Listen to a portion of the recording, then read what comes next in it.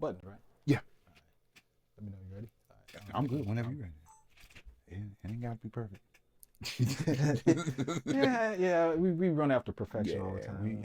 I mean, I feel you on the perfection, but Yeah, it's a hard master to serve sometimes. it's hard to master. Yeah, facts. Well, we'll go ahead and get it started. Man, it's been a long time since I've been on this side of the camera. Oh, go figure, right? Yeah. So. And that's why today, this is YBZ, the podcast. This is your man, Furious, from Furious Labs Productions. Already. And sitting in the hot seat today, guess what? We have the originator, the creator, the main man himself, Disurboij J. Hey, salutations. Feels weird, doesn't it? It feels weird. Now I see how these motherfuckers feel when I start doing that shit. You know what I'm saying? Shit. All right, it feel weird. It do feel weird. But that's a good thing, though, man, because you know what? We always talk about giving people their flowers, right? Word. Yeah. So here's one of those moments where we, myself, the audience too, can give you your flowers. Oh, shit, I appreciate it. Man, because think about it. The last time we talked, we were talking about your shows. And how they developed over time. You had a little bit of, failure here and there, and you learned from it. Yeah. And then you came out with this new version, YBZ. So I guess my very first question that I would ask you to elaborate on is, what do you think the biggest difference is between the two? That you sat there and said, you know what, I need to make a change. From what we were doing last time to what we're doing now? Absolutely. Well, from what we did last time, start on the prep side, we wasn't really ready to do nothing. Okay. You know what I'm saying? It was a hope that we were just that lit, and, you know what I'm saying? And that we just put something out, motherfuckers just gravitate to it. Okay. So we was on that type of time. Yeah. And that don't always, you know what I'm saying? We don't come from that. And I felt bad when we did that shit and it came out the way it did. Never mind how it got fucked up. Just the fact that we put it out there and decided, we tried to do it and we didn't do it the right way. Okay. You know what I'm saying? Like now, you see the cameras, you see the lights, you know what I'm saying? We didn't have none of that shit. We had a fucking iPhone. You got to start somewhere. And I don't know what the fuck type mic this dude had. He had a mic set over there. So for all we know, we would have filmed that shit and that shit would have came out. Shit did in a motherfucker. Okay. And I would have felt more bad had been the case. You know what I'm saying? Yeah. So now we done put all the time and effort to gather all these people to come do this shit and we putting out shitty product. Nah, that ain't what I come from. Okay. You know what I'm saying? That, from all them times throwing parties or shit, DJing by myself, that ain't what I come from. You know, we come prepared. We come ready to go. You know what I'm saying? So do you feel like at that point in time, you guys were just sort of doing it in a bubble and you didn't have a lot of influence? Yeah. Okay, that's fair. That's fair. So fast forward to now with the current iteration and production, what are some of the coolest parts of that make you look back and smile and say, yeah, I think we got it right?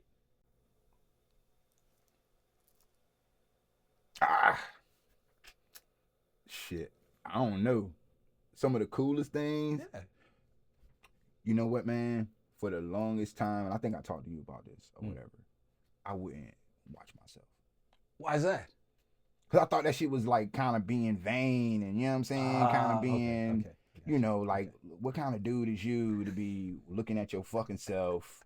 You know what I'm saying? Like that's the type of shit I was on. But the more and more I watch myself, the more and more I watch myself like change as we were doing it or become camera ready or be ready to be in front of the camera. Right. Or whatever. Because, you switch this shit on and off or whatever. We talking now. If anybody watched the pod, this ain't how I'm talking on the pod. Right. You know what I'm saying? Right. I got a lot of energy. I'm trying to keep the shit moving, rolling, bringing up the topics, let other people bring up their topic, blah, blah, blah, blah. Yeah. High energy. Back to my MC days when I was MCing and whatnot. Right. That's how I took it. Okay. Or that's where I had to take it. No,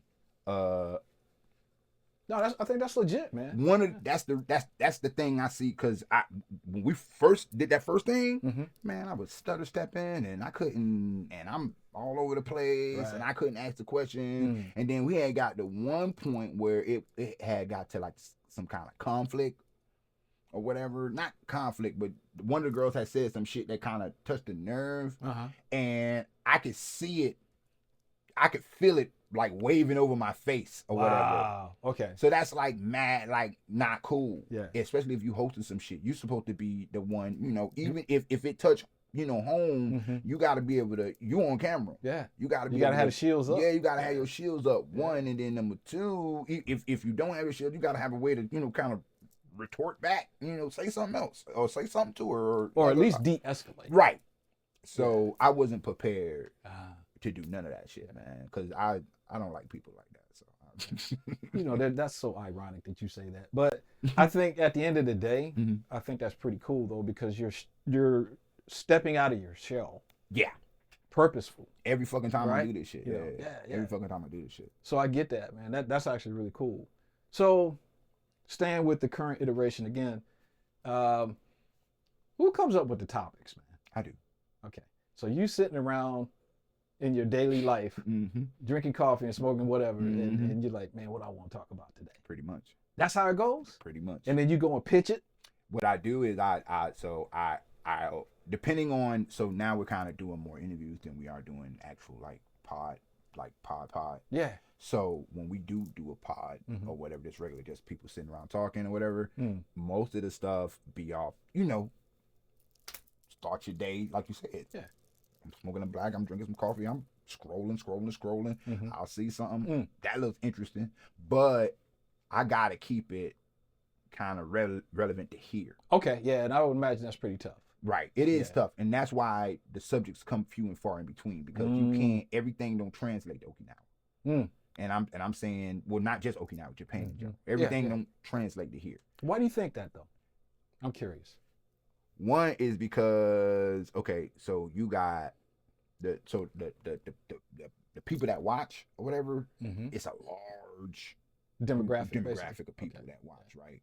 So I know a lot of the old heads watch it.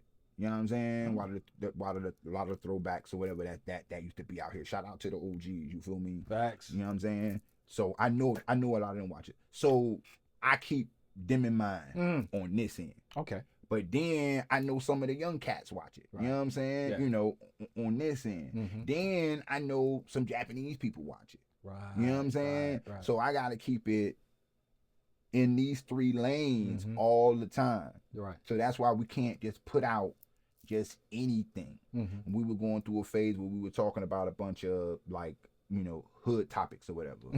You know what I'm saying? like where's the hood in Okinawa? Right. There ain't no hood in Oki. You feel me? So, like, why even have that? Now, is there a large group of Okinawans that's into the black culture or hip hop or yada yada yada? Yes.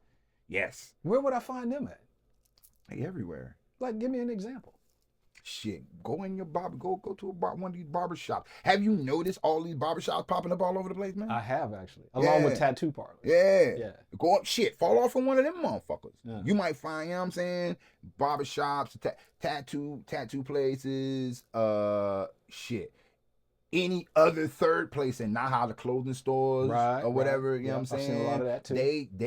These people, I ain't gonna say worship us, but they really down black for the people culture. Influence the world, no matter, you know what I'm saying? Yeah. Black people influence the world. Don't let nobody tell you fucking different. Black people influence the motherfucking world. And we any trend that then popped up as of late, damn near a black person has fucking created it. Hip hop, culture, whatever you want to call it. You know what I'm saying? Message. Message. Right. A black person has created. We influence the world. Look at these motherfuckers walking around here with throwback 90s baggy pants and whatnot. True. You know Jerseys what I'm saying? And all of that. Right. You go to a store down on, like, Gate 2, you know, like, I don't know, name your favorite shop. Yeah. And they all have that New York vibe going on. You know what I'm saying? Which is crazy to me because, I mean, that's a smooth 5,000 miles away. Right. But, you know, running into that little topic a little bit deeper and talking about the influence of black culture in a place that has, as far as I'm concerned, a deeply rooted culture of its own. Yeah. I find that fascinating, you know, that you see both at the same time. especially in the iteration that it is here, specifically to, again, Okinawa, Japan. But, and I suppose you could say the same thing in like going over to Tokyo. Or, hell yeah. You know, probably Shibuya. even more so over there in mainland than here in Okinawa. You would see it. More. Yeah, okay. More in a big, heavy, condensed city area, whatever. You know, urban type or whatever. You know, and it fit. They're not being disrespectful. You know what I'm saying? They're not being disrespectful with it. Now there is a culture in that culture, and I don't even want to get in that because I'm getting away from the whole fucking other thing that you asked me about picking the topics and shit. It's okay. But there is a group within that group that want to participate but don't want to participate. What's that saying? Everybody want to be a nigga till it's time to be a nigga. Facts. You know what I'm saying? That's facts. So there's a group of them that play by that rule. You know what I'm saying? We want to be niggas over here. Right. Away from y'all. And you feel like it's because they don't want to be portrayed as such from their own people? What you mean? Like, what you're saying is like they're hiding it? It's not that they're hiding it. It's just that they want to do it their way, and they don't want us to tell them. You know. So it's interpretation, right? Yeah, they don't want us. It's we wanna be hood in the way we want to be hood. We don't need you to come over here and tell us how to be hood. But ironically, they don't know what hood is. They don't know what hood is, right? So it's all bullshit to me. You know what I'm saying? It's all bullshit to me. It's kind of funny when you think about it. That's like over here. Like they're like, from what I heard. Hearsay. Yeah. The reggae community out here or whatever. You know what I'm saying? Yeah, I'm saying it. The reggae community out here. The reggae community out here don't want the Jamaican people to fucking throw the parties and the events out here. The Japanese reggae community, but they want to do it themselves. They don't. That's like I said. Everybody want to be a nigga until it's time to be a nigga. You know what I'm saying? So I feel like it's just that. Okay, I'm seeing a pattern. I don't know for sure if it's that they don't want the authentic people to show up. And you're right. I don't know. I don't know neither. I think it's like, again, when you cop a style, you're copying it with the intent to put a little bit of yourself into it as well. Right. So I feel like that might be part of the argument, where it's like, yeah, we're on an island, and I figured that out years ago when I started, playing around out in the wild, and I would see the Jamaicans, pseudo Jamaican West Indian style spots, and I'm like, well, they're close. Right. They're not like completely right. off, They're not off the map. Right. They're not on the dot, but they're so close. Yeah. But to your point, though, I feel like the only thing that really makes you go is because it's a Japanese dude with dreads. Right. Japanese dude with dreads. And it throws you off for a little bit. It's like, right. What, bruh, really? Right. So, with that being said, again, no judgment. It's just that person has such a love for that culture that they feel, I need to express my love for this culture my way. My way, yeah. Yeah. But I don't know if there's any malice or ill content there. No, I don't think so neither. Yeah. I don't think so. I do not think so. As a matter of fact, to be honest, it's almost shit. I admirable the word, how they do it, how some of them do it. Back in the day when I was DJing and whatnot, man, used to see some of the upcoming DJs that was black or whatever. Then you see some of the upcoming Japanese DJs. Yeah. Right. Some of the black DJs will come through and be trying to like, I'm black, so I'm finna get it first. Oh. You know what I'm saying? Okay. I got to hook up with the other black DJ. He gonna hook me up, which is all well and good or whatever. But from somebody who actually learned how to DJ from a Japanese person and watching how the hard work that they put into, that's just like us. It's almost like us in the States or whatever. We got to work twice as hard. You know what I'm saying? To get on this level. So they're doing that shit here in their own country trying to impress us. You know what I'm saying? They work twice as hard at their craft or whatever, DJing, hip hop dance, this, that. Now some of them might not have no rhythm and just ain't gonna never motherfucking get it. On the 1 and the 3. Yeah, that's all they got. But the ones that get it, they be in there for hours. Yeah. Hours watching some little boy on YouTube trying to mimic him. You know what I'm saying? Because the little black kid in the hood, he could do it naturally. Yeah. And admiring him, practicing him, watching him for hours doing that shit. You gotta admire that work ethic. You know what I'm saying? Well, there it is right there. Yeah. The work ethic I feel, and this is observation, it starts when they're like in school. Yeah. And you see it in pretty much everything they do. Like, there are people that are naturally gifted at all kinds of different things. Right. Just by genetics and situation and location. The beautiful thing about what we see out here, especially with the homies on the Japanese side, Okinawa side, is that work ethic that was ingrained to them early on, they pull that and they immediately infuse it into whatever it is they're doing. Whether it's painting a car or doing DJ work or playing an instrument. Right. Their work ethic alone is what separates them from everybody else. It's not that they just absolutely want to be better, but they absolutely are in love with whatever it is they're doing. With what they're doing. And they want to know every little subtle nuance of it. And I'm going to tell you a secret that kind of unlock a door into their culture. If you're an American that happens to be dabbling in that same field, if you're working just as hard as that's how you get into that culture. They have to see the work. They got to see the work. They want to see the work. They want to see the work. You know what I'm saying? Barbers. Yeah. You know what I'm saying? Prime example. Shout out to my man Just. You know what I'm saying? One time for Just. One time for Just. One time for Just. Prime motherfucking example. Just left his whole, at the time, family, here or whatever, went to the States for a whole year, got his barber license, did that. He was already cutting hair. He just wanted to be more certified. Right. Yeah. He came back, started doing that, started opening up shops left and right out here. The Japanese people seen that shit and came to him. Right. They went and got him. Hey, yo, we like how you moving out here. We like, the shop and this, that, or whatever. Come fuck with us. Come fuck with us. Come over here. I'm opening a shop over here. Come fuck with me. Right. You know what I'm saying? Right. Come, I got a shop over. Come fuck with me. That's a prime example of how you get into like that whole, when we talking about last time about how you become friends. You know what I'm saying? How do you become part of the culture? Part of their culture, because especially in Okinawa, these motherfuckers, they gonna work. Yeah. You know what I'm saying? That's all they know how to do. That's all they know how to do. Well, on the other side, they know how to party too. Right. But at the end of the day, though, the work ethic here, and guys, we're not kidding. We watch people doing their day-to-day, whether it's working in a restaurant or being up on the yard and watching the folks out there do the manicuring and cutting the grass, and the grass ninjas, as I refer to them. Yeah. They out there, they getting it in, man. It's like 110 degrees outside. They're getting it They in. wrapped up, busting it out, making sure everything looks great. And you see that ethic every single place you go. Yeah. When the last time you went to a restaurant out here and had bad service? I don't even know if that even happens. Right. That doesn't exist. Unless you're just an asshole. Right. Now, I have seen assholes. Yeah. But that's because that's a genetic thing. They're just raised that way. And True.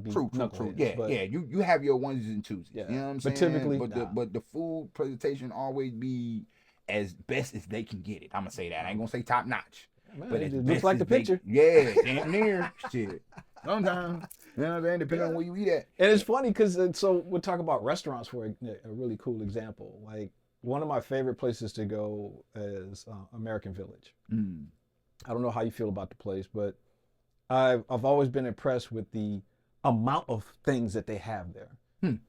You know, even though it's not a big place. No. I mean, it's square footage wise. Yeah. But when you walk around and you see clothing stores, you see shops, you see artisan work, you see all kinds of interesting things. But the really cool thing that pops out to me is like places like some of the burger spots there, for example. Because I'm a big burger fan, right? Me too. I like living in California, I was all about, Fat Burger, because I lived all over Southern California, and I could always find one of those places. Word. And it was something that, like, stayed in my head. So that was, like, the blueprint. Right. And then when I got back over here, I found myself trying to find that same flavor. And sure enough, there was a couple of spots that were getting down like that. Right. And it's like, bro, what did you do? What you do, Yeah. And coffee, another thing. So Zhivago's, if you've never heard of it, it's one of the premier coffee spots on the backside of AV. Okay, yeah, I've drank there a couple times. Yeah, they and you know they have like 3 shops. Yeah. Oh, really? Yeah. So, I thought that was their only one. No, they got like 3 different shops there. So just to get you into the story, I met the owner. Okay. And he and I hit it off, and I was like, yeah, well, you know, I do photography. I like to shoot your store, bro. And he's like, oh, absolutely. And in doing it, I was also getting a nice interview out of him. I says, so all of your stuff, like Zhivago's in particular, reminded me of Seattle and Portland, Oregon. Okay. And not just the flavors. I'm talking about the vibe, man, the motif. I walked in, I felt like I was getting transported back to Seattle, Washington. Yeah, it is a nice vibe in there. Yeah. So this is where it gets cool. So as I'm talking with my man, I said, dude, why is it that you guys have this beautiful aesthetic the way it is? Where did that come from? He says, to be honest with you, we go back and forth to the States. We have people that work in key areas all over the country and in coffee shops. And our thought process was we wanted to bring that back here to Okinawa because one, it's business. Yeah.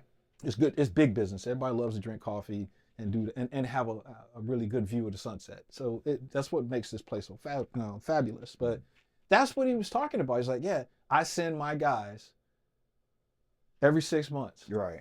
They go back to the States. Exactly. And they work in those shops. And work in those shops, yeah. And then they come back and they tell us, they give us the full report. Give us, right. You know? That just goes back into what we were talking about. Yeah. It's like, mad dedication. Japanese folks are not playing. They're not playing. If you want somebody to take your lunch money, fuck around and stand next to a Japanese person. Yeah. You know, they're going to get you. To put a cap on that, man, whenever you first see them Bill of Lawsons, time how long it take for that motherfucker to get up. Yeah. Yeah. Well, he bullshit. 7-Eleven. Yeah. Family Mart. Any of those joints, anything like a specialty convenience store. Yeah. Because that's a culture. Yeah. How you see Japanese people ain't playing. Yep. When they say coming soon, see how long that soon is like next week. Like next week. Soon as like next week. Only thing we needed was the Lawson sign. Goddamn. Right. And they got to put the bulb in. That's it, bro. That is it. Put the bulb in. This bitch open. Goddamn shit. All right, that was a good conversation. Okay. So I want to hit back on some of your stuff that you were doing before you got into the podcast. Okay. You know, just a little bit. No, crazy. No, it's fine. So we got a couple of topics here. So I know you were a DJ. Yeah. And we've already surmised that you were taught by somebody. Right? You want to talk about that? So I started at this little spot called the Drunken Monkey or whatever. Damn, that's a dope name already. Yeah. So it was shout out to my dude Ben one time for motherfucking T. They owned it. And I at the time was living up the street from there. From that bar. Right. And I knew they were open, and they had been talking about it, and then they finally opened it. They had turntables in there, and they had a bunch. It was supposed to be a reggae bar. Sorry, it was supposed to be a reggae bar, and they had a bunch. They just went out and just got a shit ton of records, right? Because what it was I think Ben was trying to learn how to DJ, which he eventually did at some point. Okay. He was trying to learn how to DJ, and he wanted to. It was just records. It wasn't just one particular. It wasn't reggae. It was. So he had a mix of genres. Okay. So he was going hard in the paint. Right. Yeah, he had a mix of genres. Right.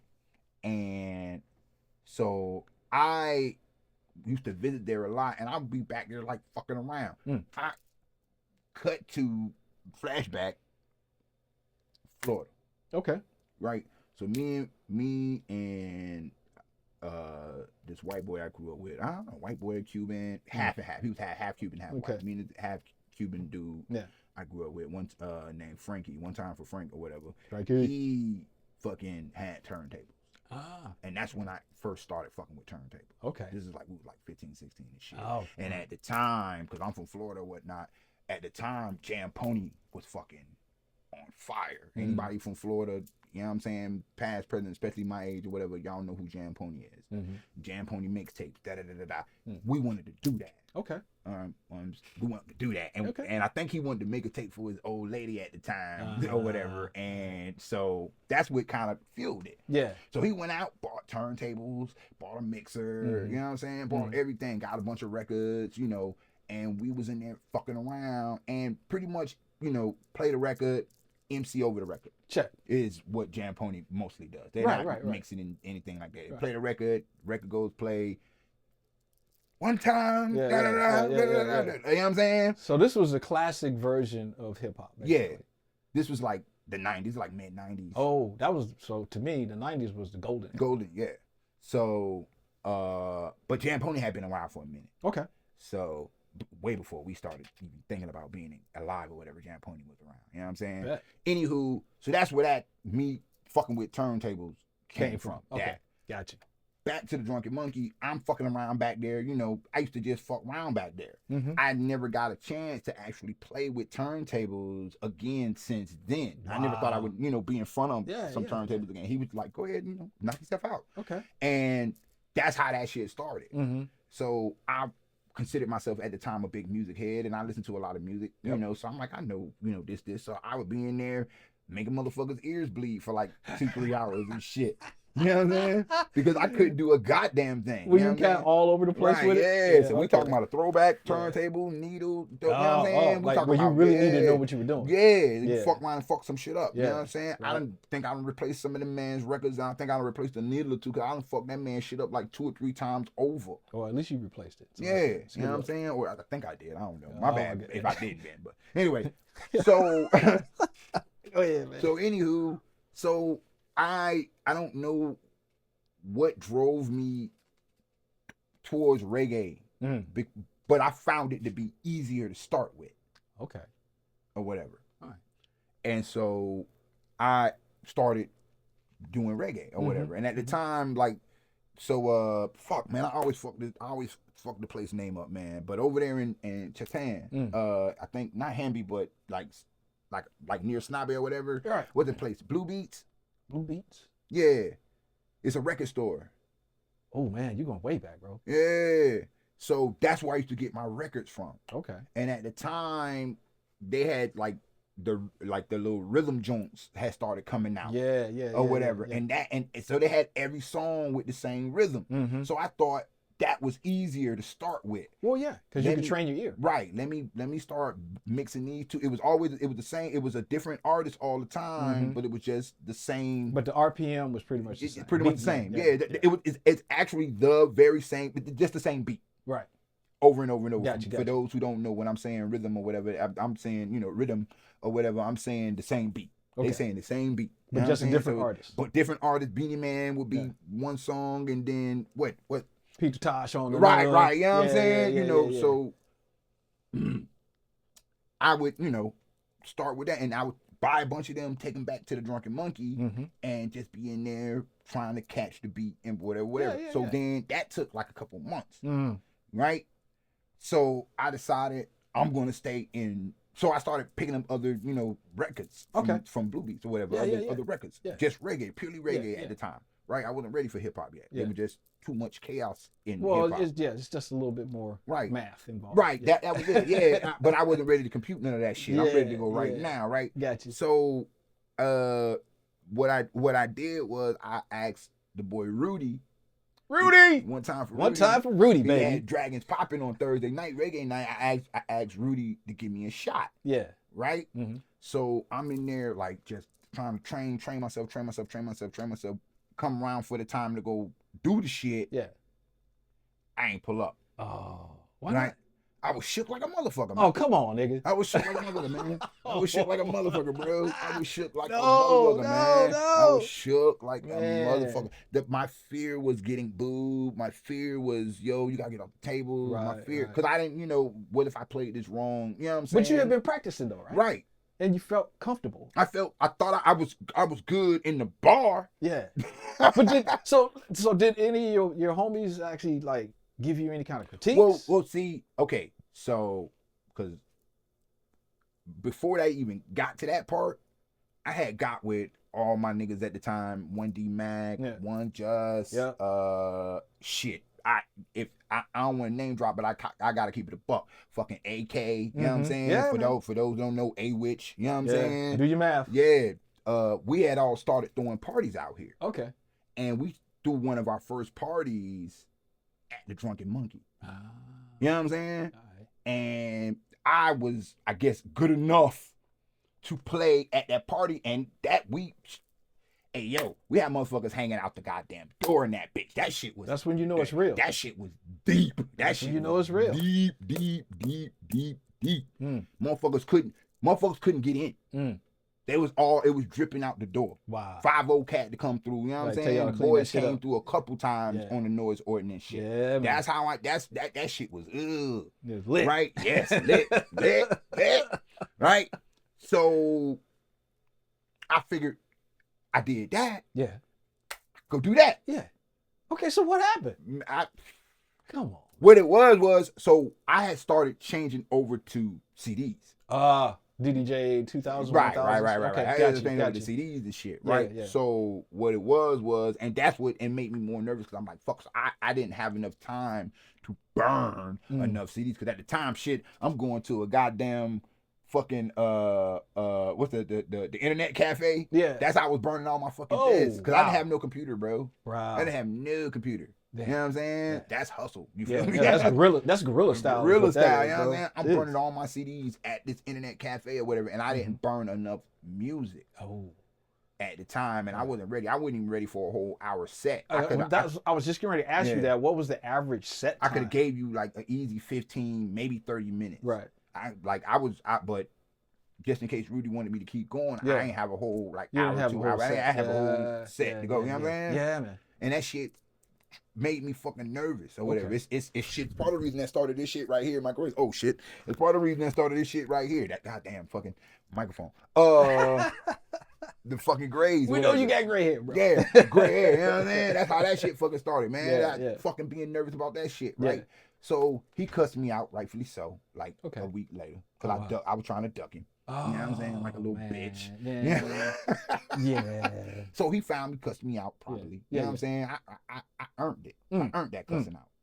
So I asked him again, like, yo, let me get another chance. Okay. You know, and he, well, hey, yo, be here this time, motherfucker, and da-da-da-da. Don't be late if you late. If not, it's scorched earth.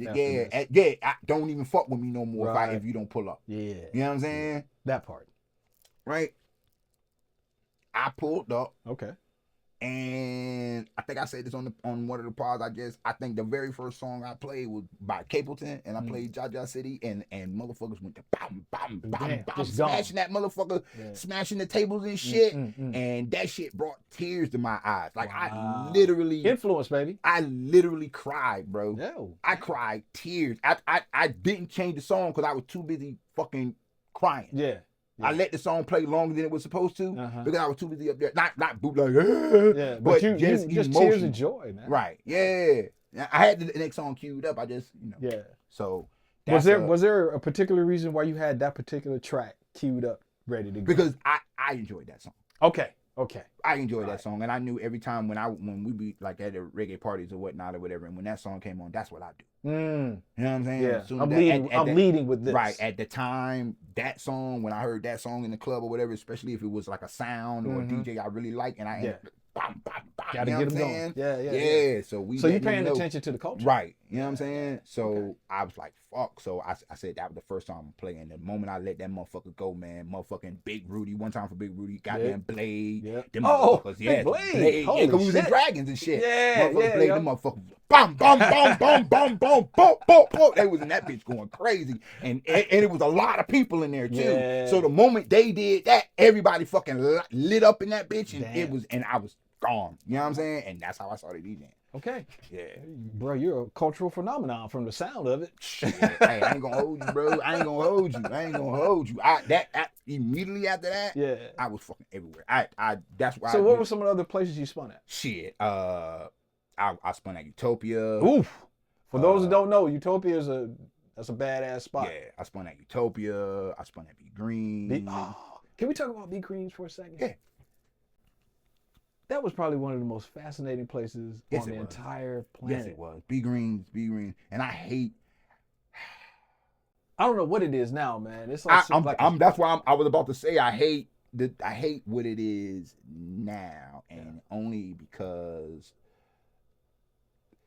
So the dude that taught me, Hiroshi. Yeah. He one time for Hiroshi too.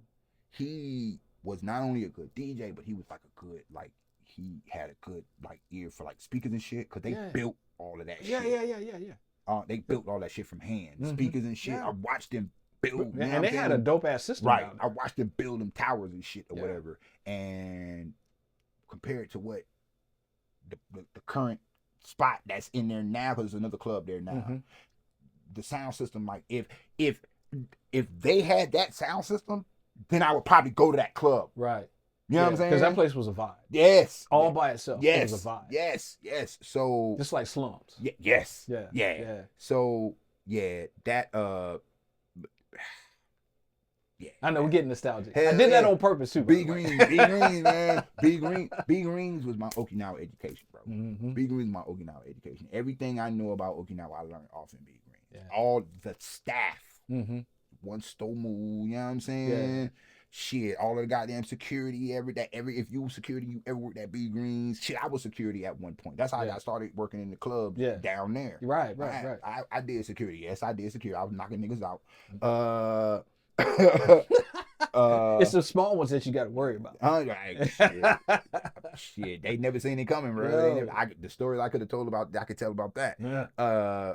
So everything I learned about Okinawa, I learned in B Green. Right. Them Japanese Hiroshi, Hisashi, fucking Stomu, like all them cats taught me everything. Those were your senseis. Yes, they taught me everything about Okinawa.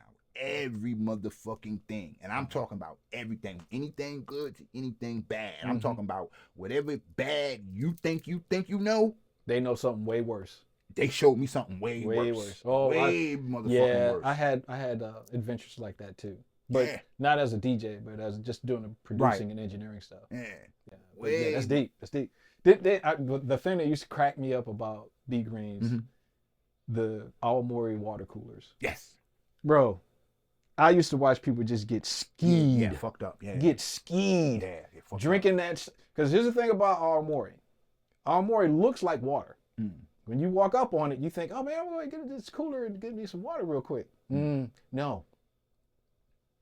I had a couple cats fuck around and do that shit by mistake and thought, you know what I'm saying? Yeah, thought they were drinking water. You know what I'm talking about. Yeah, hell yeah. Yeah. Take one of those, two of those to the head, it's a wrap. It's a wrap. It's a wrap. They're going to have to pour you up the stairs to get you out.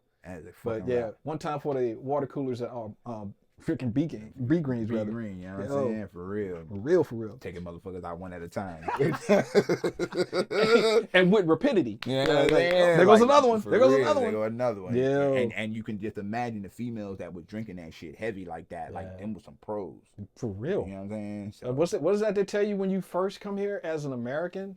When you first land here, one of the briefs that you'll get, do not try to outdrink an Okinawan. Yeah. Don't do it. And you got the guys, oh man, nah, dog, I'll put the motherfuckers on the table. Okay. They had to pull you out. Somebody come and tuck this little fella away, give him a binky, give him his blanket. Their gut built different, man. Their guts are built different. That shit is made out of Teflon. It's made out of Teflon, man. It nothing sticks. That shit built different. Real. Yeah, they got different type livers. You feel me? Yo, man, that thing is like a processing plant. Maybe I don't know. It's like they got a special bacteria in there. Yeah. It's probably Champion Gorda or something like that. Yeah. But what other spots did you spend that like really, really helped you move into where you felt like you were a professional at it? Well, between those two spots, and then I was doing like parties on the side with my homeboys or whatever. FEU, we call ourselves the Few at the time. Okay, right on. It's a dope name. Far East Underground. Nice. You feel me? So we threw parties like at third floor, but what we were trying to do, we were trying to find out like our own places. To like an empty spot that wasn't popular. Are we talking third floor at the third AV, floor over there where it used to be at AV? Right? Yeah. No. The one that used to be in AV, the one that was that goddamn thing, the tower, the thing, the cafe on top supposedly spins and shit. Oh, yeah. Right at the faucet. Yeah. Okay. Over by the money exchange. Yeah, that's where third floor was at one point in time. Okay. And we were throwing parties. We spent off in there a couple of times. I spent off in there a couple of times. Yeah. I don't think we ever did we throw a party in there? We might have threw a party in there. I don't know. Yeah. That was there was like 2 or 3 clubs in that particular building. Because at the time it was third floor and it was King of Mania. King of Mania. There we go. Yeah, I spent in there too. Yeah. King of Mania. I spent in Now, King of Mania was Japanese only, though. Yeah, right? Japanese only. Yeah. I spent in King of Mania. So that's the thing. Here it is. It's a Japanese only club, and they got a nigga from Florida spinning. Well, I knew one of the, so at the time, man, like, so what it was, God damn, what's my man name? Fuck, hey, don't beat me up, cause he be doing boxing and shit. Goddamn, don't beat me up. So One Way Productions, right? At the, well, you know what I'm saying? One Way Productions was going, and my homegirl Azu was like one of the people that was like curating that shit. Okay. And went, Mo, my bad.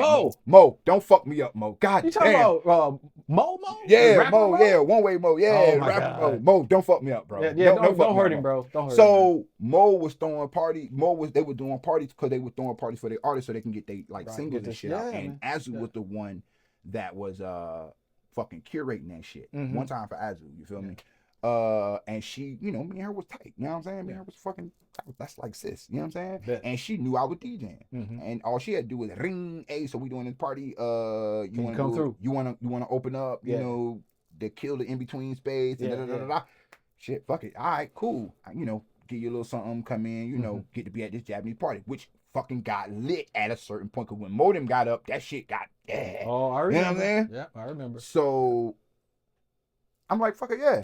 So I would go sound check, you know, just regular. It was all regular to me because that's all fam to me. You know what I'm saying? So it wasn't no like big event type thing like, oh my nigga, look at me, I'm about to like. It was like them like family to me. You know what I'm saying? So I go in there, tap them up, you know, go talk to Azu, sit with Azu, chill with Azu, go do my sound check. I'm always around. Yeah. You know what I'm saying? It's crazy that we were all working with the same people at the same time, and I never really didn't get to know you until Sleepy. Really? Yeah. Man, I did music work for Mo. Really? Mo used to come to my old studio. Okay. Yeah. All right. Yeah. All right, damn. Yeah, bro. Yeah. I worked with A-Witch too. Okay. I believe that. I do believe that. I believe that. I believe that. Yeah, man, it was just weird because it's like, man, but that's when you realize, at least myself personally, how tight everybody is on these in this island, but also how far apart we are at the same time. Yeah. Because one person could be like 6 degrees of separation to about 100 people. Yeah. You know, that one person knows like all these people in all of these different levels of professionalism and work, and it's just fascinating. Right. That's why it's like, man, it's crazy. You know, what you run into on this island. And let me say this, because I try not to talk about her or whatever, and I'm glad that we're doing it because I have to talk about her at some point, like the whole A-Witch thing, or whatever, like extremely proud of that fucking girl. Oh yeah, you know what I'm saying? Yeah. Mad, because she had a rough road. Yes, extremely proud of her, extremely fucking proud of her, or whatever. And I never want to use. That's why I don't talk about her on the pod. I never want to use her name to try to. You know what I'm saying? Yeah. Get that C word. Get that right. Yeah. You feel me? Because I could have easily told a story about A-Witch right now, a positive like story. Like I watched that girl grow up. Yeah. You know what I'm saying? Yeah. I could have easily told that story and just, you know what I'm saying? Everybody gonna ask a billion motherfucking questions. What do you know about What do you know about it? You know what I'm saying? On the Japanese side. And maybe not so the American side, but nah, man, that's the... Pretty soon it's gonna be on the American side, too. Right. Well, yeah, in a minute it's gonna be on the American side. The way she going shit, it probably already is on the American side. We just ain't reached us over here. It hasn't reached us yet. Right. You know what I'm saying? So, like, that's the homie. That's like little sis. You feel me? Like, you know what I'm saying? So, that's fan bam. That's why, just like we had discussion earlier, that goes into that compartment of off limits. Like, I don't want to talk about that shit. Like, you know what I'm saying? Let her, that's she. Yeah. You know what I'm saying? Yeah. So, no you know, but that, for anybody who ever wanted me to, because a lot of people wanted me to address that. Yeah. And so that is what that's for. Yeah. That's the A-Witch story, y'all. There it is. Yeah, there it is. That's all y'all gonna get from me, man. That was an exclusive. Yeah, so, you know what I'm saying? One time for her, you know, happy for her, you know, like I said, that's a little sis, you feel me? Man. So, but other than that, you know, I'm trying to build this on our merit. Yeah. You know what I'm saying? I don't want that to be the reason why we blow up, why YBZ blows up, you know, because I could pull, if that's the case, I could pull hella motherfucking cards of people I know out here that done blew up, took off or did, you know what I'm saying, or got some type of influence in some type of way that done been out here, that we not oh, I know her, no, she sat in my motherfucking house, you know what I'm saying, and chilled, you know what I'm saying, like we drank together, we partied together, like, you know what I'm saying, broke bread, but in long story, like, I don't, you know, because a lot of people can say I know them, you know what I'm saying, but it's one thing to say I know them, no, like I remember that time we was playing spades, and I ain't talking about her, just in general. In general. I remember that time we was playing spades, and I busted his motherfucking ass. Pause. You feel me? I could tell them type stories. But why, man? I ain't trying to trace clout. I want YBZ to blow up because y'all like us. You know what I'm saying? Y'all fuck with what we doing, not because I know this person or because I know this person or because I link with this person or I'm promoting this person's shit or whatever. Nah, if you fucking with YBZ, you fucking with us. Okay. Me, the Butcher, Wayne, you know what I'm saying? Yeah, that's respect though. You fucking with us. If you fucking with us, come fuck with us. You know what I'm saying? If past, present, you know what I'm saying? You fucking with us. Okay. So we can get back on that for a second too, because I definitely love hearing the stories about the DJ work. And the early influences, and you mentioned you did MC work too. Yeah. What was that like? That was like super fun, bro. Yeah, that was super fun. Hell yeah. Okay. Hell yeah. That was. I think I did more MC work than I did DJing. No shit. Yeah. Okay. Because you're gonna have to expand on that one though. So I DJ'd at B Green's for half a second. You know what I'm saying? I did have a spot there. And I could, Hiroshi would let me. You're on the roster. Yeah. Hiroshi would let me. Yeah. But it was like, because I was DJing and because I had, like I said, back to the Jam Pony story, that's pretty much what it was. That's all I started doing. My bad. I'm about to touch this thing. I'm about to touch this thing. Right? Boom. I get on the microphone, and what it was I wasn't on there trying to say the same thing over and over and over. Okay. You know what I'm saying? You're trying to put some flavor to it. Right. So, you know, Jam Pony, for those who know Jam Pony, what they're saying either matches the beat or rhymes with what they're saying. Okay. So they were like a piece of the instrumentation. Yeah, pretty much. They made themselves a part of the song. You know what I'm saying? Okay. I didn't want to necessarily do that. Okay. I just wanted to, you know. Did you want to compliment what was going on? Compliment what they were doing. Okay. And number two, like one of the cats out here that kind of had a big influence on me was, you remember Apex? Hell yeah. Yeah, Apex. Okay. He was a good ass MC. Okay. Right? But Apex used to yell over the music. I didn't want to do that. Right. You know what I'm saying? Okay. Because I wanted the song to stand on its own. On its own. You know what I'm saying? Right. So I started doing like less is more. You know what I'm saying? So I get on the mic or whatever, and you know, he'll probably open the song and I'll be like, yo, this your boy Jay, one DJ D, y'all ready to go? And then bang, and then the music will start playing, and then just let the fucking music go. Yep. You know what I'm saying? The music. Release the hound. Right. The music gonna do everything else. You know what I'm saying? And then every now and then I'll probably say some bullshit, you know, like I said, DJ D, you know, blah, blah, blah, blah, blah. You know, get it back up. Yeah. And then because you're watching the crowd the whole time. Yeah, it's like a fucking slingshot. Like pull the motherfucker back and then let that bitch go. I ain't gotta say nothing else after that. You know what I'm saying? Future MCs pay attention. Right. I ain't gotta say shit. Yeah, less is fucking more. Nobody come there to listen to you. You know what I'm saying? Nobody comes there to listen to you. They want to hear the song. My job is to hype you up, to let you know the song going. And if you got a good DJ, like DJ D was, or DJ Hisashi, or shit, goddamn my man over there at fucking Epica now. Hisabo? No, not Hisabo, but I fuck with him too. Yeah. I fuck with him too. Epica, goddamn, my bad, another person. Cause that motherfucker live in my area, in my fucking neighborhood too. I see him all the time I used to see him all the time at Sunday. God damn. I can't think of his name right now, but it'll come back. Maybe come back. It'll come back to me. But he's obviously a badass. Right. He's the goddamn. Every DJ I name will kill any DJ you know. Woo! You know what I'm saying? Any DJ on your roster, they're gonna get him. Them 3 DJs will destroy your ass, and half of y'all know it, or the people that know. If you know, you motherfucker know. Anywho, they'll bring the fucking beat back. Right.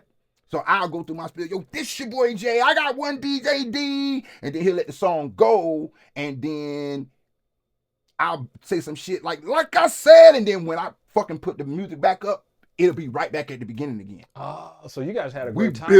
We building up the song or whatever. When I say what I say, I got say, one time and on or some shit like that, boom, song will play. Right. Song will do its job. Right. I ain't gotta say the DJ shit doing his job. The DJ doing his job. Right. Song is just the instrument. Right. Yeah. So the DJ and the song doing what they supposed to do. A good MC supposed to highlight that DJ, not the other way around. Nobody gives a fuck about the MC. Right. I just happen to be good at it. And hear me out for a second. Ahead.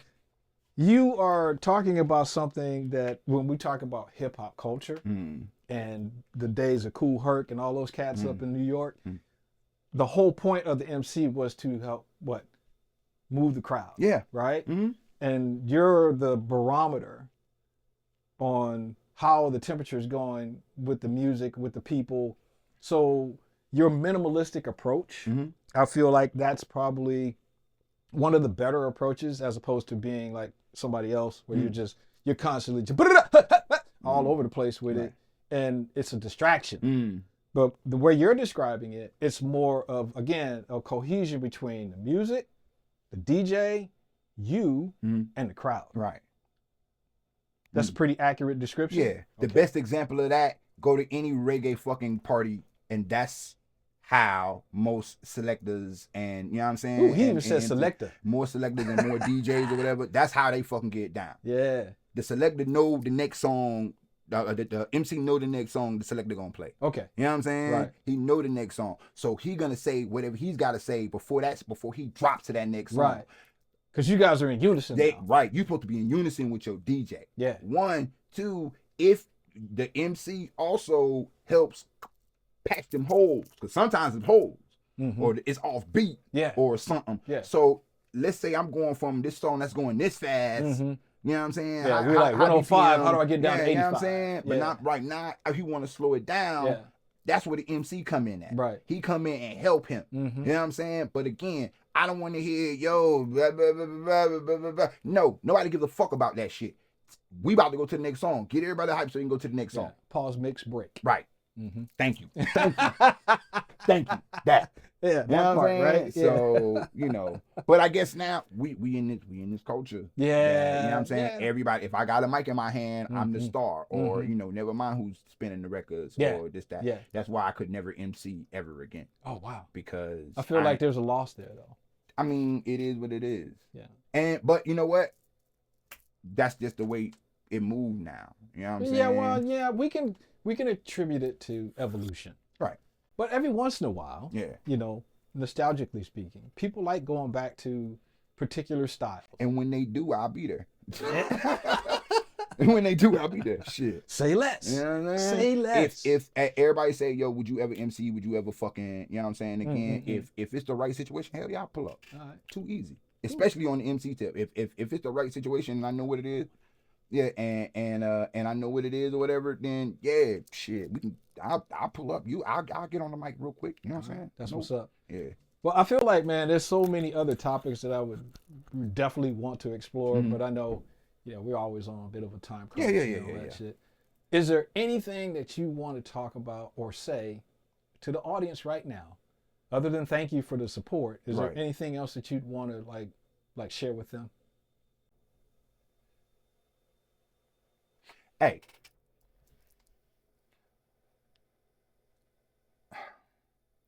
All these, so thanks for the support. Thanks for the support.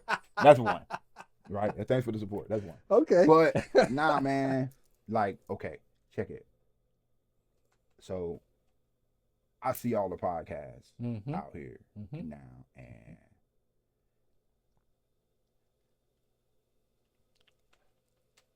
I want every last one of them to thrive. Because if they're thriving, that means we're going to thrive. That means there's an audience for it. Big facts. If you're doing a podcast, if you're American and you're doing a podcast, man, and you're really doing it to do it, do that shit. You know what I'm saying? Do that shit. Do that fucking shit. Because That's a lane or an area or something. See, I done already threw the parties. I done already DJ'd at the fucking concerts. I done already did all that shit, man. I done took my attempt. You know what I'm saying? I done shot my shot at that shit. You got your masters in it. Right. You know what I'm saying? I might not be at the top of the top. I might not have got to the top of the top, or I got where I wanted to go. Mm-hmm. You know what I'm saying? I got as far as I wanted to go. Other things came and I had to go tend to that. This podcast shit this shit could be fire if everybody fucking perfect their craft. That's what I'm trying to do. That's why I'm still trying to perfect my craft. Because the more I perfect my craft and the more I step my game up and the more I put the shit out there and it's out here in Okie and motherfuckers could see it. You know what I'm saying? Representation of motherfucker. All day. Representation of motherfucker. And I'm trying to set the example or whatever. Now, is there other podcasts out there besides us that, you know, it's plenty of other podcasts out here. It's plenty of other podcasts out here. But as far as y'all know who the fuck I'm talking about. You know what I'm saying? You know the community I'm talking about or whatever. Mm. If you're going to do it, do that shit. Do that shit so we can fucking collabo and build and build and build and build and build. Cause it's plenty of space on the internet for every motherfucking body. All day. But if this pocket right here, if we can get this pocket right here popping, especially American motherfucking podcasts with the perspective of any fucking thing. Mm. You know what I'm saying? Black, white, purple. You know what I'm saying? Any fucking thing. All that. If we can get that perspective cracking, then everybody gonna thrive out here. Because we're touching something that ain't if it's a podcast out here, an American, it's probably some military cat strictly on some military shit. Yeah. We just out here. It's plenty of personalities out here that should do it. There's plenty of personalities out here that I wish would do it. There's plenty of personalities out here that's doing it that I wish that they would just get fucking better. Hurry the fuck up and get better. You got that. I know for a fact you got the capability of getting better because you've already started. You know what I'm saying? So just pour more into your craft, man. Fuck all that other shit and pour more into it. That's why you don't see me outside no more as much as you used to, because I had to start pouring into this shit a little bit more than I wanted to. But I love it. That's why I'm doing this shit. If I didn't love it, I wouldn't do it. So some powerful words right there. Yeah, man. I just want everybody, because you can be a copycat and go throw some more parties or fucking go be at the club and do this shit, or you could do some shit that most of y'all niggas do anyway when you fucking post on Instagram. Most of y'all niggas already on the podcast. Most of y'all niggas already doing that shit, man. Y'all already doing that shit. So every time you posting where you at, you know what I'm saying? Get on the camera and talk about it. Like, people want to hear that shit. They might not want to hear it from me. They might want to hear it from you.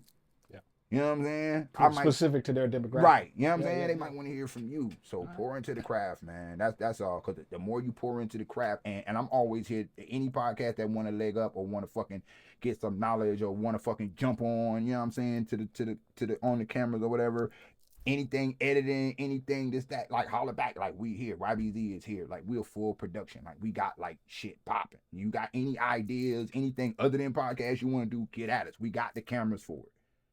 You got the know-how too and the skill sets. That's even more important. We got the gear, we got the equipment, we got all that shit for it, man. So anybody want to do it don't gotta necessarily be a podcast, and be whatever you want, shows, whatever. So get at us. Hey. Word, for real. So that we here for the community, man. Already, man. See, that was good. That last word, community. Yeah, that's the most important. We here for the community. That ass. All right, cool. Well, we'll go ahead and close this out. This is YBZ, the podcast. And this is your man, Furious, from Furious Labs Productions. One time for Furious. Thank you very much for having me. And I also want to make sure that the audience shows all the love they can to this young man sitting in front of me, because he's a bad dude. Yeah. Like, share, and subscribe. You know the drill. Y'all know the drill. Quit playing. Quit fucking playing. Hey, just hit that bitch and just leave that motherfucker, man. All right, we out. Anyway, here we gone. That was fucking good. That was out fucking standing. You good? Hell yeah, that was outstanding.